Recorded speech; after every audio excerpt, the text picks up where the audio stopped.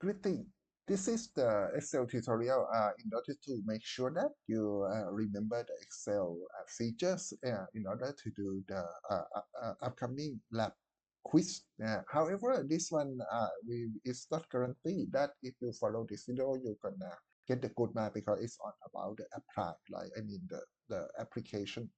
Okay, so let's start. However, the first thing before I start, I don't want to talk about Microsoft Excel first, but I want to talk about the file. I mean, in that Microsoft Excel examination, they may ask you to download the file, and then you need to manipulate the file, right? And then you need to submit at the end of the at the end of the examination. So uh, we try to download the file first. So we have in the our LMS, and then I just try to download the file.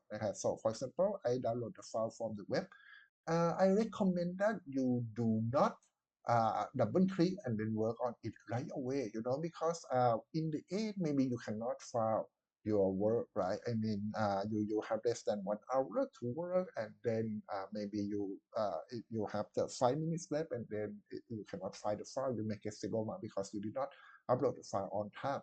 Okay, so what I recommend you to do is you should put the file in somewhere very easy to see. Like for example, in this video, I put it on the desktop, right? And then I just rename the file, like Excel, and then you may need to put your student ID or something. You read instruction carefully. For example, I put 2222, right? My ID is like this.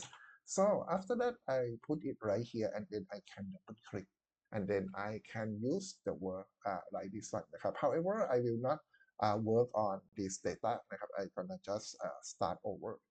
Okay, so that is the first thing I want you to do.